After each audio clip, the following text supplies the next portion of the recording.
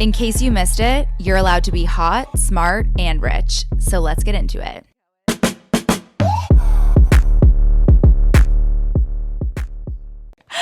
Hello, Dianna Cohen. Hi. Are you ready to get hot, smart, rich? I mean, already. Let's do it.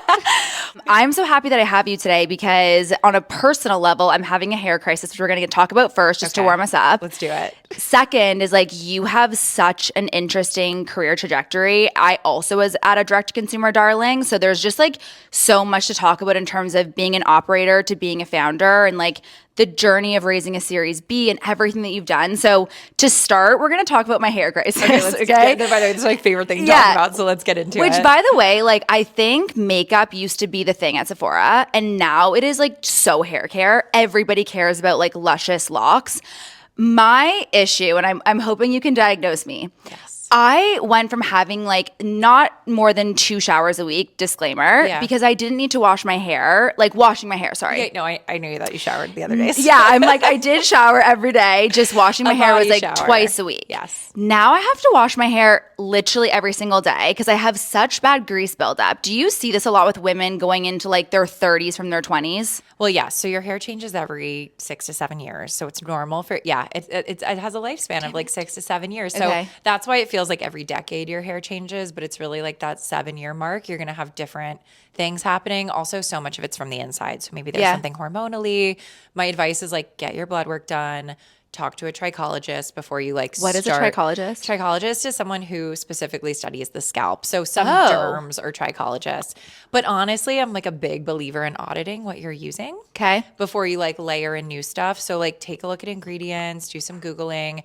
You might just be using something that's too heavy for your scalp, or there might be a harsh surfactant system. So, you know, when you use like a face cleanser and it like overstrips your face and then you end up like getting greasy and oily. Yeah. Because it's like so, that might be happening to your scalp. Wow. So you want to use a naturally derived surfactant system. A lot of companies like take out sulfates. I'm sure what you're using is sulfate free, but a lot of companies replace them with PEGs, which can also be really harsh on the scalp. So we can do a little audit. Okay. Well, I hope that you saw in my bathroom that there is crown affair, but here's my problem is that I travel so much that like I'm using hotel shampoos and conditioners and like No. Yeah. So what do I do? You would not go to a hotel and be like, I hope they have my skincare. You're so right. Why did we do this? No, it's unhinged. You need to bring your own shampoo conditioner. Okay, but it seems like you know so much about the science, which like you're not a scientist by background. So can you just like walk us through your background and how you got to become the founder of Crown Affair? Yes. So I'm not a scientist. You are correct. Ding, ding, ding. You did your research. Yes. So I went to NYU for undergrad, as I said. I studied art history and Italian. Okay. I didn't know what marketing was, if I'm being honest with you. So anyone out there listening who's like, I'm a marketing major, I truly thought marketing was like old school Mad Men advertising. Did not realize that like building brands and storytelling was something that was a job, which is so crazy. It shows you how I'm dating myself a little. Yeah, I'm like this. How old are you? I'm 33. Okay, we're 34. Like, say I'm 32. Yeah. Okay, yeah. I interned at a ton of places in college, which was great. My last internship was at Into the Gloss. After Into the Gloss, spent a decade building other consumer brands, but always was on the brand, marketing, community building, early influencer, all of that. Friend who's actually my husband's best friend from elementary school is a bioengineer and chemist. Cool. So he really helped me on all of the early product. Now we have amazing chemists and contract manufacturers, and innovation is super important to me. I think because I come from outside of the hair care industry, I'm so much more intentional and thoughtful and curious. And like, I always say that if you walk into a contract manufacturer and you ask for a dry shampoo, like you're going to get an aerosol dry shampoo. What? So, or like ask for a hair gel. You're not going to get a hair gel that brushes out. So I think because the category, there's just been like, this is what we always do. It's really hard to get innovation. So I weirdly think not having a science background has helpful. But yeah, have amazing scientists around you because that's truly like the only way you're going to, I think, create truly innovative product. So you have a rule that's like you have a hero product of every single thing that you put out, which I actually love. Yeah. Do you design products from like what you want the end state to be? So like you want a dry shampoo to be X, Y, and Z, and then the team goes almost like backwards to find it? Or how do you develop products that have a hit every single time? Well, thank you for saying that they're a hit every single time. It's actually funny too, because you'll launch something into the world and it might go well, and it might be like 2 years later that people finally try it and love it. It becomes this hit. So the first like 12 products in Crown Affair were based off a Google Doc that I made in 2018. And it was like all the things I swear by, from like a hairbrush, like a beautiful handmade hairbrush, to the hair towel, to the dry shampoo, to the hair mask. So that was like the base. That was basically the roadmap of like the original products. We've obviously, I think we have like 18 or 20 SKUs now. But you only have 18 or 20, and how long have you guys been around for? It's been 5 years. So think about that, because everybody thinks about the fact that you have to be launching products all the time, and you've done only 18 products in 5 years. Yes. And it's because A, there's so many products in the world. B, like as a smaller brand, right? I'm not like a big corporation. Like it takes time. It takes like 2.5 years from like ideation to actually launching it and testing and sampling. I mean, I think we went through like 58 lab samples for like our recent shampoo. Yeah, our recent shampoo and conditioner. And I didn't launch with shampoo and conditioner, which from an investor perspective, I got so many eyeballs. Wait, so what was your first product? We had 4 products launched. It was the post-wash routine. So like the second you get out of the shower, hair towel, comb, which are handmade in Switzerland, our brush, which is for later, which is handmade in Italy, and then our first formula product is our hair oil. Wow. Only 5 ingredients, inspired from a trip I took to Japan in 2019. I went to a head spa. They used Tsubaki seed oil on my hair, and I was like, why is my hair... the oil's so hydrating but weightless, and a lot of the oils that I was trying here are just like heavy. Yeah. And I have a lot of hair, but like it's fine. I was gonna say, like, do you have fine hair or do you have really thick hair? No, it's fine. Okay. If I put something too heavy on my hair, it's done. And I always joke with Crown Affair, to your question earlier, it's like so much of it is the component, it's the experience, but it's also like I am making products that like get you on more day to wash day and give you that like hydrated but weightless hair, aren't like heavy on your head. It's so important, you know? That's amazing. Did you always want to be a hair care founder? No. I didn't, as I was saying, like I didn't know what, I went to NYU thinking that I would like work for Anna Wintour one day. Okay, you were like a media girl. Everyone, totally. Yeah. Like, I wasn't a media girl. I just watched The Devil Wears Prada 7,000 times and was like, I can be Andy Sachs. This is great. Oh my God. But honestly, like I went into college in 2009. I graduated a year early in 2012. And even then it was just like, the internet was happening. So it's also a bit of a function of just the time, and got into the e-commerce space. And I will say I've always been obsessed with beauty, and Into the Gloss was Bible for me. So I think I've always been really passionate about this. And I don't know, I didn't think I'd be a hair care founder, but looking back, I was obsessed with hair when I was a kid. And it's always that like final accessory. So I didn't know it, but it doesn't surprise me. Yeah. So you and I both worked at Direct Consumer Darlings like around the same time, which if you did not get lucky enough to work at a Direct Consumer Darling, it was like an experience you can't explain. Just like the amount of money that was thrown into the brands, like the amount of just like brands that were built that were iconic in nature, I feel like is so hard to do nowadays. You guys have done it, which we'll get into later. But what do you think you learned that you do the same as that time? And what do you think you do that you're like, I can never operate like that in my own brand, having lived it as an operator? Yeah. So I would say like 80% of what I learned is what not to do. Yeah, same. Not how to the hiring mistakes, the spending money, the fundraising too much, all of that, like moving fast and breaking things, and those things being people. I'm so grateful. And I say this all the time, especially to people just starting out in their career. Like, it is important to work for other people because you learn from their mistakes. There was also magic. And I think the common thread between every single job that I had, whether it was Into the Gloss, Away, Outdoor Voices, Harry's, like those founders really did have a vision. And I feel like even with Crown Affair, it's about putting something into the world that changes the way that people feel about themselves. And it isn't really just about the product. It's more about the ethos of the brand. And I think all of those businesses did that really thoughtfully. When I was a marketing manager, marketing director for a direct-to-consumer darling, I managed an $18 million budget in 1 year, like deployed $18 million. Dude, that's... It was crazy. Wait, what? I learned on somebody else's dime. Oh we raised like $100 million in 4 years and burnt $100 million in 4 years. It was insane. I was throwing like the opening party at Art Basel. And what that did for me was like, it really created a competitive advantage where I like had an insane network. I knew what not to do, like you said. Yeah. But I also think like my relationship with money became a little bit skewed because I was so used to like the highs and lows of fundraising and just like things being so accessible and being able to buy your way into anything.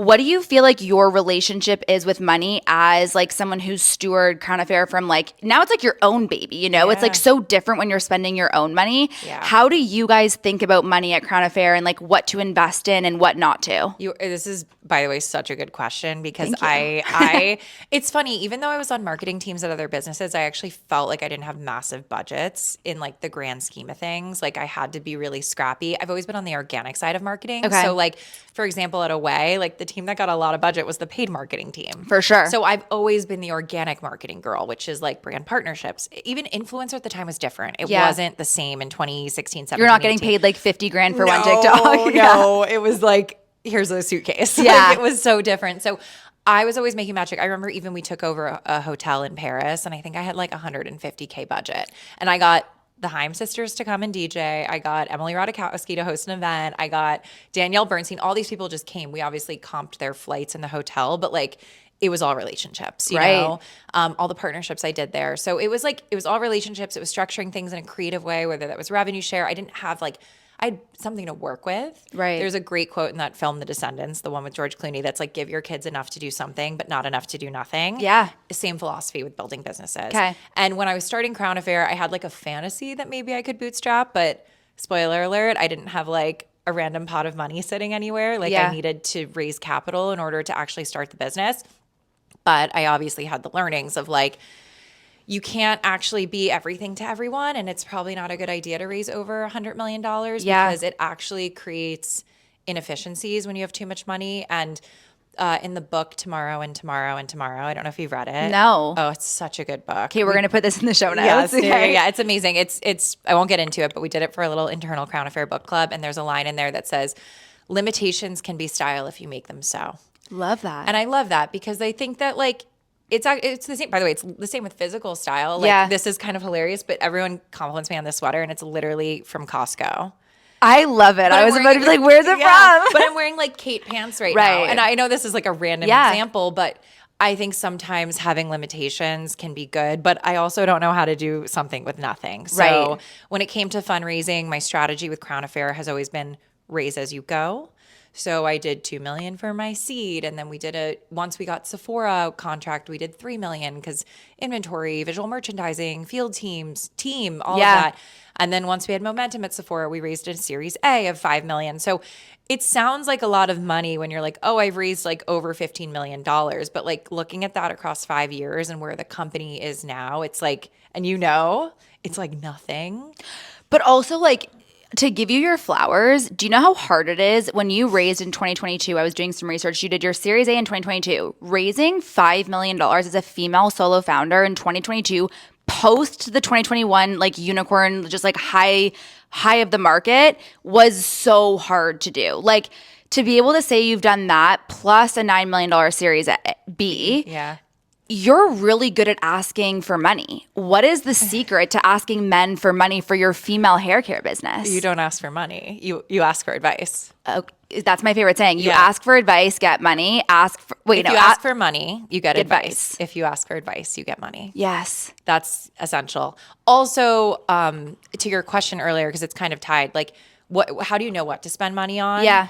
I think that the reason that people, yes, we vibe and they get the vision and the product's amazing. They obviously having great product is key, but like I also have investors who don't have hair. So one of my investors literally is bald. So the truth is like I was in the trenches for 10 years. So there's granted the playbook has changed exponentially, but they trust that I know how and when to spend money, and we do it in like the most efficient way possible. And the reality is like building a prestige hair care brand, like hiring the talent we do, the photographers, the components that we have, like this is not cheap, you know, like I'm not selling a cheap brand. Like when people order Crown Affair or get it at Sephora, I want them to be like, whoa, this is like a luxury experience. Yeah. Like our combs are handmade in Italy. We're not making, you know what I mean? Like I don't want to disappoint anyone. There's so much random stuff in the world. Like, so that's not a cheap endeavor. And for me, it has always been about philosophical alignment with my investors.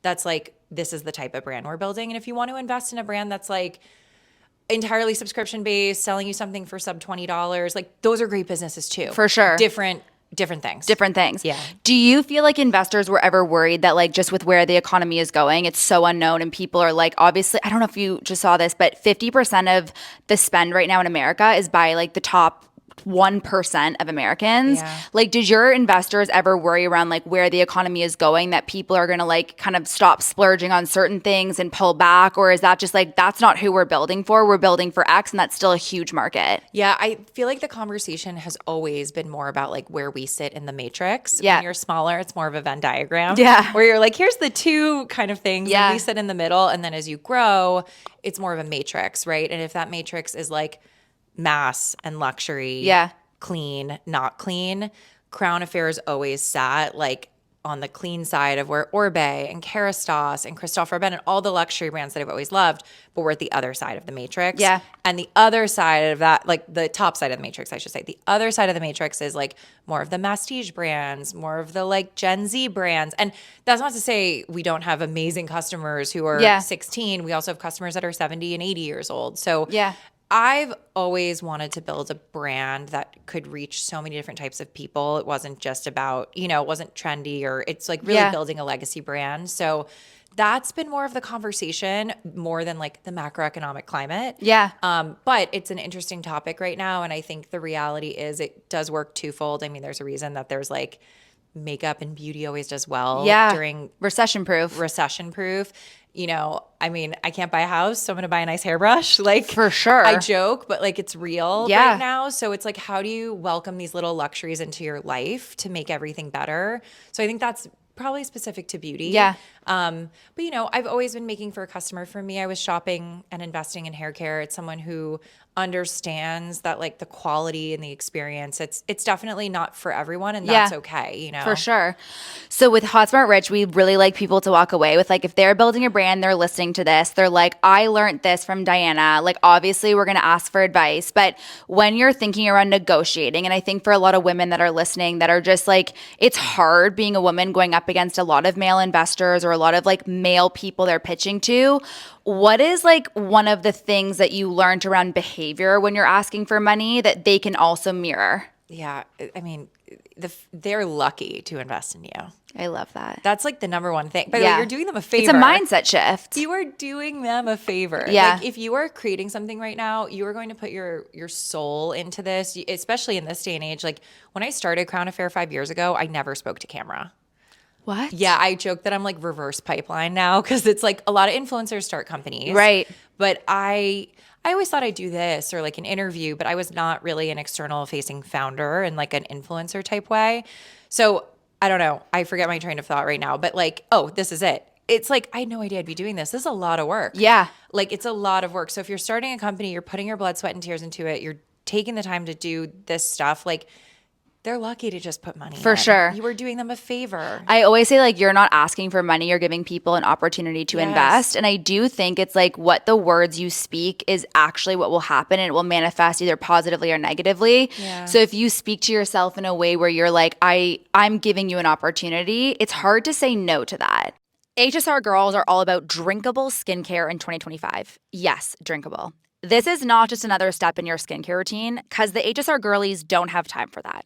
This is the foundation for clear, bright, beautiful radiance. And it tastes amazing. The Radiant Skincare Duo from Peak combines the power of two standout products that work synergistically to protect, nourish, and transform your skin.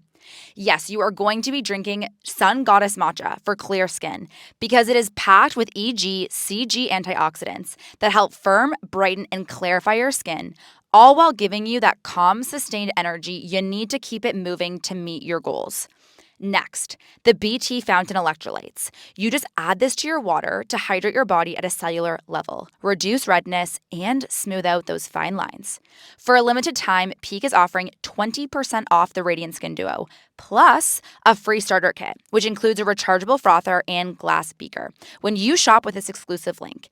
peaklife.com/HSR20 for 20% off. That is PIQUE life.com/HSR20 for 20% off. Let's be honest, founders. Returns are a nightmare for business. If you're scaling a Shopify brand, you already know the costs I'm talking about. Sky-high refund rates, constant return fraud, and rising shipping costs that eat into your margins. And that's where Freight comes in. Freight is a returns platform built exclusively for Shopify brands, already trusted by brands like Caraway and Monos to flip returns from a cost center into a growth lever. They're not just reducing returns, they're redesigning them completely. With instant and one-click exchanges that increase LTV, AI-powered fraud detection that screens worn items before they ship, and peer-to-peer returns that eliminate unnecessary shipping trips, Freight's making returns feel profitable. One brand cut refunds by 21%, saving $900,000. And the brands using Freight retain more cash and convert more customers, period. So if you're ready to turn your returns into revenue, head to Freight.com and tell them Hot Smart Rich sent you for an exclusive offer and white glove service. That's FRATE.com and tell them Hot Smart Rich sent you. Yes. But I love your openness talking about money. I read your, I don't know if it was like a report, but I read an article about like how you guys were even going to finish last year with 20 million in revenue, hopefully a profitable year. Yeah. What about your personal relationship with money? Like how did you grow up thinking about money? Like how do you think about money now as a founder? How has that relationship changed since you started Crown Affair? Yeah, I mean, first of all, it's been such a journey and something I talk about in therapy a lot. I did not grow up with, I mean, my dad grew up in poverty. My parents did not have any money. Neither of my parents went to college. My dad is a self-made entrepreneur. Amazing. And what a good role model. Amazing role model. He's very much my North Star. And my mom and him always invested in our education. So from a young age, I went to really great schools. My parents supported me and paid for NYU, which is like the greatest blessing of all time. Like, you know, again, like give your kids enough to do something, not enough to do nothing. I don't know how kids today do it. Like I did not have the funds, right, to like show off and spend in this way. I've always had to stretch everything. I love vintage shopping. I love thrift shopping. You know, I'm in my 30s now. I have more disposable income. Yeah. Like I've had the success. 30s are your best generation. Just wait. If you're in your 20s and listening to this and like you feel like you're not enough because of money, like that's a huge part of all of our journeys, you know? And it's the one that I've been on. I will say I've always had an abundant mindset. Same. It's just, and probably from my father, like it's just the money will come. Yeah. Caveat, I've been with my husband for 12 years now. We've been married for 4 years. He is a financial advisor at UBS and he is a Virgo and he is so like he knows to the cent where every dollar goes. And I am like, what could it cost? A banana's $10. Like I'm not Arrested Development joke. I'm just a little not grounded. So he keeps me like making sure everything is good. Okay. And then Elaine, who's my new CEO, is the same as him. Okay. So I am surrounded by people who are like, no, Dianna. Yeah. Don't spend. And Elaine has been a ninja with this stuff. Okay. I was going to save this to the very end, but you just made a huge announcement with Elaine. Oh, yes. So it is very rare. I'm going to say this in the most shocking way. Yeah. You just fired yourself as the CEO of Crown Affair. She did. Congratulations. Do you know how many founders I wish would fire themselves? And I say it that way because like you actually did Crown Affair the biggest service by like doing what you can do best and bringing in Elaine. But let's talk about this because this is huge. What happened? A lot of therapy. Okay. Spill the tea. And probably part of that 80% that I learned from other founders. I think the biggest thing as a founder is like you have to be self-aware and get out of your own way.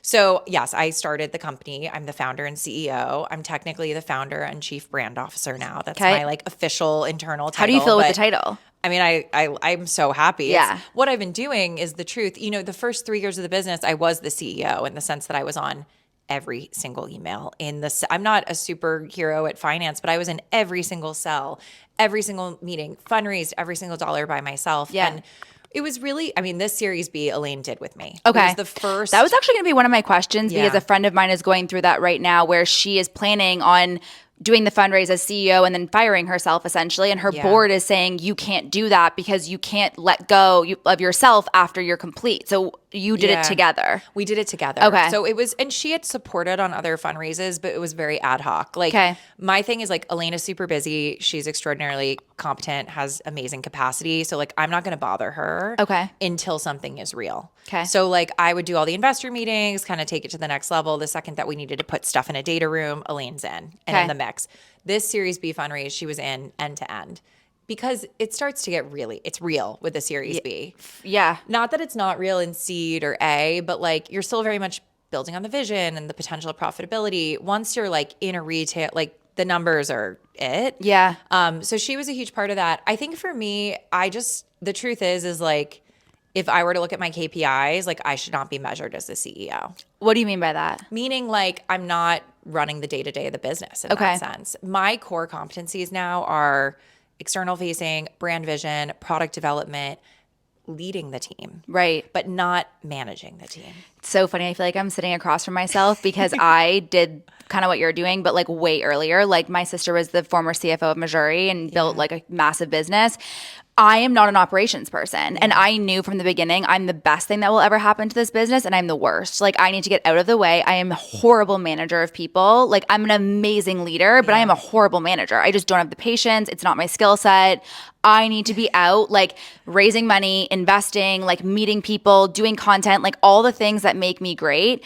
But I think so many people feel this pressure of like, that takes away from everything I've done. You talked about going to therapy and what you had to go through to get to this decision. Like, walk us through the first moment you had in your brain where you were like, maybe I'm not going to be the CEO of Crown Affair anymore. Yeah, it was, first of all, amazingly self-aware of you. It's like you realizing that you are the roadblock. That's the truth, right? That's the thing. It's like things can't move so quick when you are holding on to them so tightly. It was about 2 years ago that I realized at some point, I was actually speaking, I think I was talking to Jen Atkin. And we were talking about her then CEO, Colin. Her now CEO is Hannah, who is incredible and I know as well. And we were just kind of talking about like that point when like the business becomes bigger than you and you need someone to make decisions. And like that person that you bring in, whether you hire them, so there's like a hired gun, or you can promote and elevate someone internally, which is what I did in this case. Elena's been with me for 5.5 years. And you just reach a point where you're like, I know I need to do this. I got to start exploring the options. It was in November of last year that we internally made the announcement. But like probably like spring of last year, it was about a year ago that we started to make the transition. Elaine and I hired a coach. To go through the transition with you? Yeah, it wasn't official then. It was just like we knew we needed support to take the business to the next level. And it's funny because Elaine and I are obviously women. We're both like conflict avoidant, want everything to be good. There's no issues. It's not like we're screaming or fighting at each other, but you really need to get like, I joke that it's like couples therapy, but like I meet with my coach every week. She meets with her the other week alone. And then we come together to meet as a group once a month. And it's like an 1.5-hour session of just like, here's everything. And the coach is amazing. They teach you all these tools to like communicate better, hold space for the other person, see what the other person is saying. And I think so many people don't make the time or invest in that. And it has single-handedly transformed the business. And then in November, we were like, it's time. I spoke with my board. It's me and one other woman who's on my board at the time. And we're like, do we hire someone? But, you know, at all these businesses, you bring in all these big hired guns and they don't actually jive with the team and kind of ruins the culture. And I really believe from the bottom of my heart that Elaine is the person to take Crown Affair to 30 and 50 and onwards, you know? It's so funny you say that because one of the biggest pitfalls I think that we had at my former direct consumer darling is we hired, like my first boss was the former president of Tesla North America. My second boss was the CMO of Burton Snowboards. And they were so not used to executing because they had led like 400-person teams. And they were like looking at me like, I'm creating the deck. And I was like, yeah, like I'll help you. But like there's 10 of us on the team. You have to do it, you know? And so I think for you to promote internally is such a beautiful thing, especially with where the business is at. What about Elaine do you feel like makes her fit for CEO versus like your skill set and qualifications? I mean, she's just like, we always joke that like we complete and make one person. I love that. Like I'm so right brain and I'm capable of doing the left brain stuff, but it's not where I naturally thrive. She's so left brain. Like she, prior to joining me at Crown Affair, she worked for Larry Ellison and was his head of operations. Larry Ellison obviously Yeah. started Oracle. Yeah. But he had a wellness kind of vision that he was building. It's called Sensei. It's like a wellness retreat. Cool. It's amazing what she did. She built out everything there. Before that, she worked with Lorraine Pal Jobs, Steve Jobs' ex-wife, building out her nonprofit. She's like a systems person, but she also like interned at Chanel in college. Right. So I joke that like Elaine is like my left brain spreadsheet thinker Love who it. like gets the vibe. Love it. So yeah, so she's also like deeply invested in people. Yeah. And I'm not a good manager. I'm a great Why do you independent- say that? Oh, I'm like a great mentor, not a Okay. good manager. No, I'm too like I want people to thrive and grow and win. I'm an Yeah. amazing mentor, but managing, I think most people aren't very good managers. If No. I'm being honest with you, I think there's very few people who are. And Yeah. I'm not one of them. She is. So now you are doing the opposite of what a lot of people are doing to build brands, which is they become a creator and then they become a founder. And you have essentially become a founder, got your company to a Series B. So you've raised how much money? We've raised, I have to get the final numbers around, it's sub 20 million, between 15 20 and million, 20, let's yeah. just say. Yeah. And now you fired yourself to become basically a creator almost in a way. Yeah. Walk us through like that journey of now stepping into being front of the camera, creating content, and what that, like, I guess, switch in your brain is like. Yeah, I mean, it's so new for me. 30 to 40, like 30% of my time is still very like product focused, Okay. which I love and is my favorite part. Yeah. And it's so much fun, like doing the product development, the research, sitting with our chemists. Like, I love that. But the other part of my time is external facing. So that could be like this week, why I'm here is Sephora is hosting this summit with masterclasses and the Okay. squad, and doing a masterclass with Amy from Tower 28. So So like fun. that's really fun, right? That's not like me getting on TikTok necessarily, but it's me being external. So Yeah. that I love doing. I love doing this. Like I love Yeah. doing podcasts. It has honestly been a new muscle, making content. I've been doing it for like 2 years now. Since I just like started posting on TikTok. You know, it's not my core business. I have Yeah. so much respect for people who are full-time content creators. It's so funny, like, because for the stigma of it when I first started, like, I was doing it because I essentially was slighted by a celebrity that I was working for that didn't want me to talk about, like, all of the work behind the scenes that I was doing on a deal. And I remember being like, I'm going to become the talent. Like, this is never going to be me again, where someone gets to, like, write my own destiny and tell me what I can and cannot talk about. But I think it took me like honestly 2 years to even when people would be like, what are you doing now? Are you creating content only? I'd be like, no. Like even though I was investing and like doing all the things, I was still so embarrassed to say like, I'm a creator, I'm creating content. And now it's so funny because it's like a form of currency that's almost more valuable than money. Yeah. And so it's so interesting to see like the hate that still gets put towards creators, like it's not a real job. Yeah. Do you ever feel this sense of like loss of identity having gone from this like CEO role to now being this like creator focused chief brand officer? I'm not a good creator yet in my book. You were amazing. No, well, I joke that Crown Affairs in year 5, Dianna Cohen's in year 1. Love that. So like, and by the way, You're like, such a marketer. It's crazy. You have like a little thing for everything. I'm like, can I hire you for a second? I mean, like this is, by the way, this stuff takes time to me. Yeah. I think like, right. I'm so grateful. I always say the best analogy, there's a show on Hulu called English Teacher. Okay. And the creator of the show is also the lead actor. And he's spent his whole life like building to this point to be like on an amazing show. When the show launched, it like wasn't doing super well. It just was like normal. It was on FX is what it was. Okay. My husband was like, Dianna, let's watch it. He loves FX shows. So I started watching it, fell in love with the show, could not find a single person to talk to about it. And I'm like, it's so strange that the show is so good and so well written, but Yeah. like no one's watching it.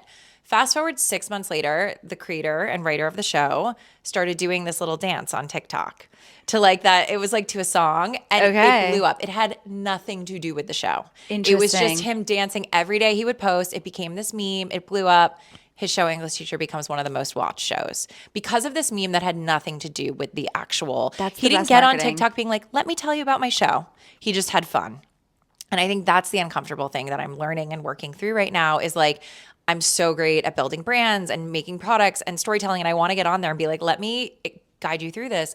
But the truth is like, even the smart customers don't have attention spans anymore. Yeah. So it's like finding what works. And I think that I'm sure that the creator of that show is very happy that he didn't just build his career on TikTok. Even For though that's sure. where. So for me, it's like, how do I figure out how to do that and have fun with it and connect with people? And for me, it's about waking up every day, reminding me like the mission is to empower and elevate women and like show people that they can do this and that they can build a life for themselves. Like no one handed this to me, you know, like it really is about showing up every day. And it's hard because like, it's really hard to translate what you're doing to the internet. Oh my God. It's like not in my DNA at all, but like I want to figure out creative ways to do that. And Substack, honestly, which I started in October. I love your Substack. Thank you. I started in October, so it hasn't even been a year, has been such a special space. I think I have like 6,000 subscribers, but like they are purists, you know, and like want to know about the journey. So I'm figuring it out. As I said, I'm like in year one of Dianna Cohen, but the goal is like not dissimilar from Crown Affair. But the truth is like, I would love to do Crown Affair 100% of my time, but like I've hired people who are better than me. Yeah. So that is why I let go. It's not that I don't want to do it. My dream is to do Crown Affair like forever. Like I go to Sephora brand summits and I see Carissa, the founder of Hourglass. Like Hourglass is a 20-year-old brand. It got bought by Unilever in the 2010s, but like she's still there. She's still there. I'm having lunch with her and I'm like, I want to be you. You know? So yeah, like I would love to keep growing this brand. And like, honestly, like I joke, I'm like, I want to find a home for it just so I can like get prioritized in like production lines. You know, it's hard being a smaller brand and with supply chain and operations, like, but I've built a brand that I want to use every day. And because of that, I want to do it every day. But I'm also excited to like explore ways that I can inspire people. And the last thing I'll say on that is like the purest of what Dianna Cohen is, like Crown Affair needs to grow beyond me. Yeah. So that's why building out my own channels, which is scary and weird, and I'm figuring it out, is important because I can't share that this is what I'm wearing on Crown Affair. For sure. You know? Which I feel like you can though in a way. And that's what I love about like, do you know Strawberry Milk Mob? I don't, but oh my God, you have to follow her. Like she, Okay. like this is what I think is like so key for brands nowadays when they're thinking about their social media strategy. She started a bikini brand. She is doing like numbers that are unheard of for drops by basically having her personality be her business brand's TikTok page. Yeah. So like if it works for them, I don't think it would work for Crown Affair because Crown Affair has developed like brands or people. It's like such a luxe persona and it's like you transport yourself into like the romanticized of your life that you want to be. And we're all busy women. I think that's what I love about beautiful brands. And I think when Millennial Pink was getting killed and like Gen Z was like these bright colors, I was like, oh my God, I'm like killing the romanticized version of what I want to be, even though that's not my day-to-day life. Yeah. But this girl has done such a good job building a brand around herself. And like she'll literally do like what I'm wearing or like funny trends. And it's like her business account. Yeah. But I think one thing that you said that's super interesting is, and it was hard for me, is figuring out boundaries of content. Because when you're building your personal brand, you're like, do I share everything? Do I not share everything? And it was so interesting to me because when I was first starting to create content, it was really like business 101, finance 101. Like I was an angel investor from 5 years ago with like not a crazy founder exit. It was just like starting to put money away. And then the breakthrough moment for me happened when I called off my engagement 2 years ago. And I like came online after hiding it for like 5 months. And I was like, I really don't know what to say other than, yes, I live somewhere else. I no longer wear a ring. And I called off my engagement. And like, that was the moment people were like, you are a real person. Yeah. Like your life was so unattainable before. It was so like something I could never strive for that it was like almost a disconnect from like a real person. Yeah. And that was the moment I noticed that vulnerability like really transformed me to the next level. But it's also hard to like use your struggles or figure out like where your boundaries are with your life and like your personal life. Yeah. Have you thought about like what types of stuff are just going to be off the table for you, like your relationship or your family, or like where are you at with like those boundaries? Yeah, I think it's such a great point. And by the way, there are so many amazing creators that are like forward facing in their brands. For me, I always want Crown Affair to be bigger than me. Yeah. For example, yesterday when I landed in LA, I was like, I'm going to go to the row on Melrose. And I treated myself to a little something. And the saleswoman, who has to be in her like early 50s, you know, she's like, oh, what are you in town for? I was like, oh, I'm here for this Sephora thing. I have a brand. She goes, what's your brand? I said, it's Crown Affair. She goes, you're kidding me. She's like, I use your volumizing shampoo and conditioner. I use your dry. By the way, it's like a woman in her 50s who was worked at the row for 10 years. That's amazing. And I'm like, she has no idea who I am. Yeah. You know what I mean? It's not like she found the brand through me. Anything. Like Crown Affair exists as this beautiful thing. This woman's in head to toe of the row. She uses Crown Affair. It was so nice to make that connection. Yeah. And it's great that I'm associated. But for me, it's like, that's why I feel like, especially with our content, I'm referencing the Hermes and Louettes Yeah. of the world, not, but for me, it's like Dianna Cohen can be fun and playful. It's so tricky, this question, because like I'm such a millennial. Okay, what do you mean by that? I don't know how to like be vulnerable or anything online. I think I'm vulnerable around like leadership and like stepping down as CEO and like being honest, but it's just not in my nature to document everything. Yeah. I mentioned my husband, I call him Bubs. So people like, I'll meet people and they like don't even know his name is Alex. There's like, how's Bubs? I mean, Bubs and I have been together for 12 years. Yeah. It's like, we're just like partners in life. There's not like highs and lows. He's on my Instagram and stuff, but I wouldn't like make him do TikToks with me.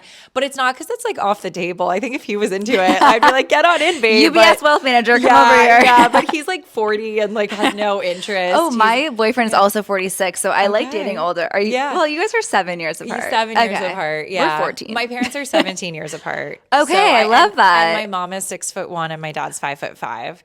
Stop right now. So like 20 years, basically 20 years apart. And like my mom clears my dad by like a good 6 inches. love that. So I have no stigmas against height or age for the record. But no, I think it's really tricky and I think I'll learn, but I love you sharing that because it's all happening so fast, like all these things, the highs and lows of building a team, fundraising, all these things. Like there have been low moments. Like it's not easy. No. But the part of me kind of loves that it can also feel like a magic trick. Like part of what makes a magic trick so amazing is that you don't know how it works. Yeah. And it's like you have awe. To me, it's like one of my favorite feelings in this world is a sense of awe. And sometimes you don't want to know all of it and how it works. And like the second that you know how the magic trick works and I take you through every little detail, it's like the magic is gone. Yeah. That's not to say I won't be vulnerable in like real spaces. If I'm sitting at a dinner or even like this, like I'm totally honest, but I wouldn't say it's in my DNA to like, I like talking to the camera, like FaceTime what's going on because it's all happening so quickly. And I do a lot of journaling every day. I do a lot of self-reflection. So like I feel very complete in that without having to share, but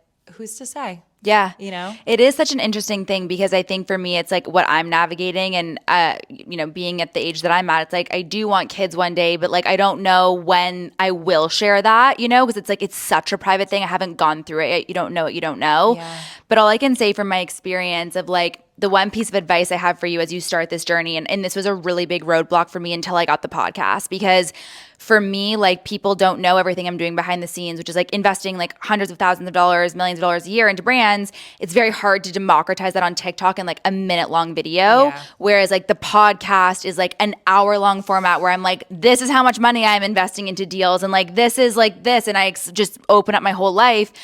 So the roadblock for me with TikTok was I felt like I had to be so smart every single TikTok up until I started the podcast. Because I was like, people are going to judge me and think I'm not smart if I post about my hair care routine or like my eating routine or what I'm eating at Sweetgreen. And what I realized is like people honestly want to follow people. They don't want to follow like regimens and like learning 101. Yeah.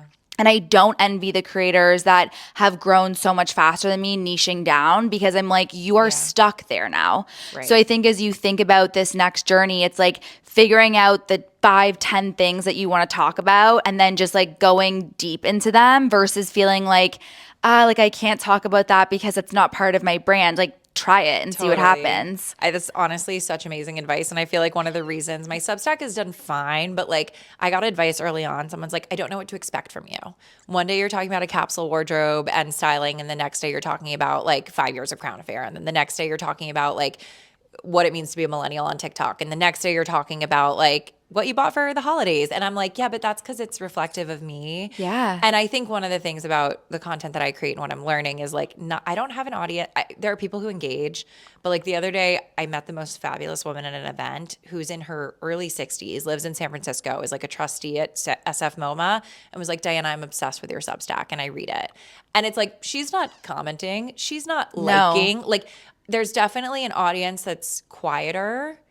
So I think too, like something might not perform well, but it doesn't mean that people aren't consuming. It's not how many people you reach, but how many you move, which is hard to process. Okay, but I have a PSA to anybody that doesn't comment, like, subscribe, share. It's like things that you love that you don't tell them you love them will go away.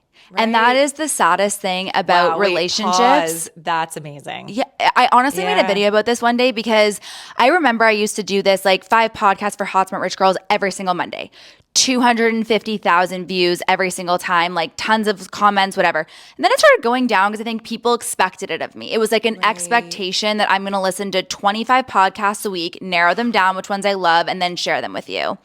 And the comments stopped coming in, the engagement stopped. And I made a video and I was like, if you guys don't like this content anymore, that's okay. But I'm not going to do it. I'm not going to like keep putting myself into like this period of listening to this much, curating, whatever. And then the amount of comments that came back in that were like, wait, no, we love this. And I'm like, if you don't tell people you love them or that you love it, it will leave. It's so true, by the way. Someone the other day was like, all of the content that is getting rewarded is like satisfying the algorithm. And it's like, that's not always the best content. And I think that's exactly it. And so true. And yes, I mean, this woman probably just like isn't on the internet as much, but I agree with you. And it's important to like really support. I think that's what we're seeing right now. I was just talking to my head of PR about this, how everything is niching down. And when you think about like as a business, like where to spend money on influencers, on whatever it is, it's like, when I look at the data, it's like the really like intentional audiences are doing well, you know, and it's surprising.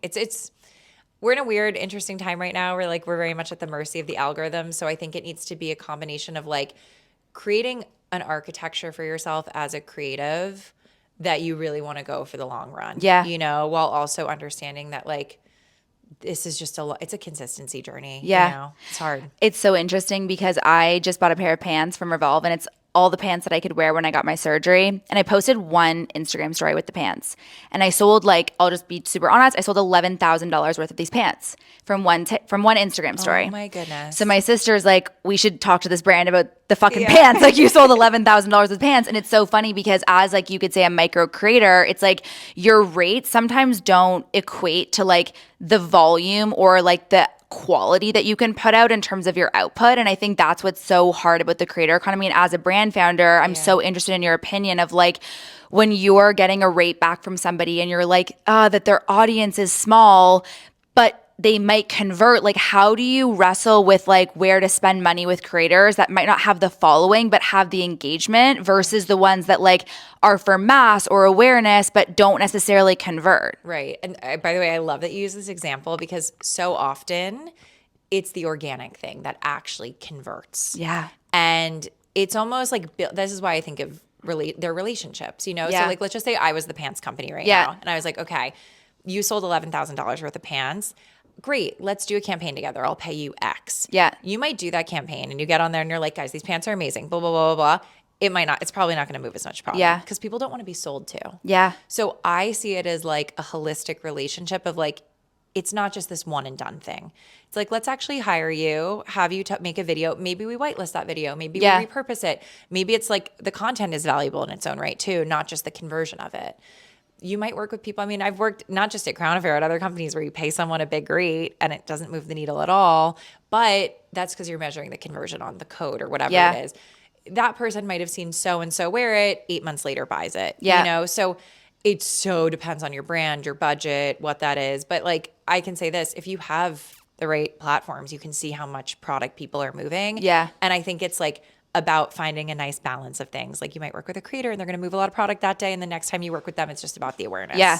I love that answer. And that's how like we really like do our structure now too, is it's like, it's really not based on one video. It's like, hey, we're going to do it in an organic way. Cause I never promote something that I don't use myself or wouldn't use for my business. Like I just will not. Yeah. Have you done a campaign as a creator for something other than Crown Affair? Yeah. I mean, I have. It's been really funny. I actually did something with the Real last year. That's so perfect for you. Was obsessed, by the way. Like I feel like the Real is always in my top 5 apps. And they reached out. I'd done some videos on it before organically. Like I've done like Real graveyards on TikTok. I like share things that I found all the time, like that green Chanel jacket that's in like every headshot I like hunted down for on the Real. So they reached out. I was honestly doing a closet clean out at the same time, like hired a professional closet organizer.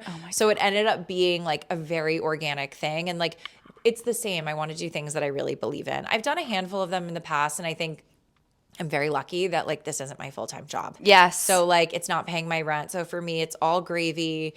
And I think, like, by the way, for creators out there listening, if this is your full-time job, like, do the thing. Yeah. Go build an architecture for yourself with goals and wake up every day. Like, this is a business, you know? It is a business. Yeah. I'm not at that place yet where I'm like, my business is my business, you know? But I love doing it. And I've been so lucky to work with people. I'm sure if I was proactive about it, but obviously I get sent a lot of things, which is so nice. And I'm happy to support and like have friends who have brands. So majority of what I'm doing is like organic, but yeah, I buy a lot of my own stuff. Yeah. So like I post on my Substack, like I share links of things that I'm buying. Yeah. And that feels like a more organic way to do it. Which, by the way, like we are both so privileged to be able to say, I think that is why I have the engagement and the conversion I have, because I've never had to post a product that like is to pay my rent. And like I am seriously, we're both like knocking. Like I feel so blessed to be able to say that. I think that's why like I'm so open about everything now, because I'm like, I want people to have the tools to go and do it. And like the luck that I had and the blessings that I had.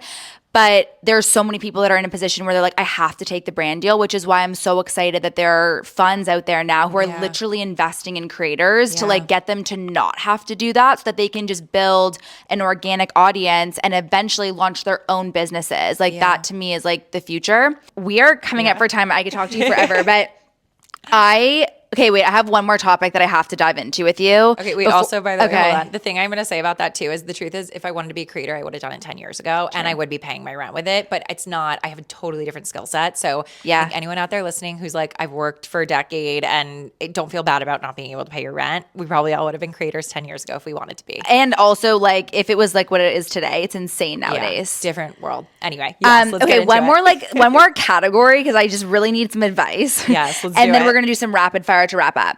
You travel a lot and you're a founder. You're also a wife. Like you're a holistic, multi-hyphenate creative entrepreneur. I travel like 150 days a year and I struggle. What tips do you have to work remotely while you're always on the go? I mean, it's so hard. I feel like putting an out of office on is something new that I'm doing. Okay. And it's not like I'm away. It's just like I'm not at my computer right now. I'm doing things in the real world. It helps take the pressure off of being in the inbox, I think is key. And then honestly, just like doing the best you can to keep your routines, whether you journal, you work out, you go for a walk, whatever it is, like keep your routines as best as possible. Cause I also travel about the same amount and those things keep me grounded. Yeah, I love that because I struggle with it so much. Just like staying on top of things is so hard. By the way, it's so hard right now. The amount of DMs and emails, text messages, notifications. I'm kind of drowning, if I'm being honest. I'm like, I don't know where to give my attention. And I think out of offices used to be perceived as being like shameful. Like you could never it's actually good. And my friend Melanie at Gia used to have like the most epic out of office at all time. I like screenshotted it once and I was like, she literally had an out of office that was like, I'm just not using email right now. Have you ever emailed Lauren Bostic? No, I haven't. You will get the most epic response. It is like, I am out of the office writing. Like, here is who to contact when you need me. And I love that because it just sets the expectation where it's like, here's who to go for brand deals. Here's who to go for my podcast. Here's who to go to for this. And for me, I like want to try that, but I'm still so scared of like, what if I need to answer this email? But I think you just learn to like fuck around and find out. It's surrendering and like protecting your time. Yeah. Which we both need to do more of. We're going to run each other. Okay. Rapid fire. Yeah, let's do it. Okay. Coffee, tea, or cocktail for the rest of your life. You can only choose one. Coffee. Okay. What's your order? Literally iced Americano black. Okay. People that die on the hill for a fucking black coffee. I'm like, babes. I mean, it's not dessert. I need this thing to work. Okay. Movie, TV show, music, or podcast for the rest of your life. Wow. You just started dancing, so I'm going to go with music? No, I mean music because it's the most, okay. It's the best. Music's the best. Yeah. But that's like, I don't want to make that decision ever, but it's music. What is the festival in the desert called? Burning Man. You're a Burning Man girly. 5-time burner. Are you going this year? Yeah, of course I'm going When this is year. it? It's at the end of August before Labor Day. Oh, okay. Who is your favorite comfort creator? Oh, whoa. Pia Baroncini. Is that how you say her last name? I don't know, but I love Pia's that. my comfort creator. She's so good. I don't know why that took me so long. There's just so many creators out there. Honestly, if I thought about it, there'd be a whole list, but she's just real, relatable, talking about what you said, like vulnerable, honest. I love watching her and her family and everything she's doing. Yeah, she's my comfort creator. Okay, love that. Favorite Sephora brand that is not your own? These are hard. This is really hard too. Can we pick a category? I was going to let you choose your own fantasy, but let's do 2 then. Okay. Fragrance. Let's not do fragrance. Okay. Let's do makeup. Let's do makeup and skincare. Okay. I got to give this to my girl Gucci, Westman Atelier. Okay. I'd say is probably. You're such a millennial. Am I? Yes. I mean, there's so many good brands in Yeah, makeup, though. I love I love so many. And then skincare. I love Dew and Sophie don't even know Pavitt, Dew. Dieux. They're both new to Sephora. Okay. A lot of the new ones are coming into Sephora, Okay. but there's so many good I brands. know there really is. Yeah. Are you guys a Sephora exclusive? Yes, in the sense of bigger retail, but our first retail partners are Violet Grey and Okay. Goop, and we work with strategic, more boutique retail. Okay. But yeah, Sephora is our big partnership. Anchor. Yeah. What is your favorite marketing campaign recently? Our finishing spray campaign was next level. Okay. Our team shot that in New York. It's a hairspray. All of our styling products don't have alcohol in them. Will it help me with my flyaways? Yes. And will it make my hair greasy like this? No, it will not. It is literally magic in a bottle. Did you bring me some? I mean, it might be in there, and if not, we'll get you some. I'll buy The it. finishing spray and the finishing gel are incredible, but the finishing spray, what our campaign did, or our team did, was just insane. It was Thomas Crown Affair, sexy 90s, incredible. Love. Yeah. What is your personal mission statement? My personal mission statement is to inspire people to do the things that make them feel most like themselves. You are such a good CEO because I know that you were not expecting me to ask that question. And you're 2 seconds, I got it, and it was impactful.